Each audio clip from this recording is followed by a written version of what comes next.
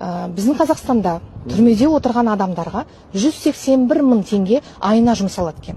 Сонда сол адамға күніне 6 мың теңге жұмсалынады. Енді екінші ақпарат ол егесі жоқ иттер. Егесі жоқ иттерді даладан ұстап алып, егесін тапқанша дейін қамайтын бір жері бар ғой, сол жерде қамап 15 күн ұстайды екен.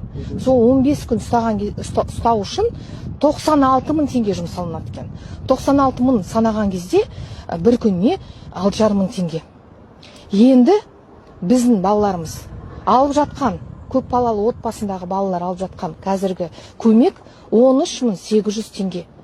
Күніне бөлген кезде, айына ол, күніне бөлген кезде 460 теңге.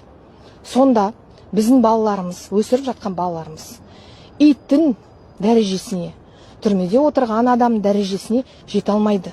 Себебі алатыны көмегіміз жаңағы айтқанда 460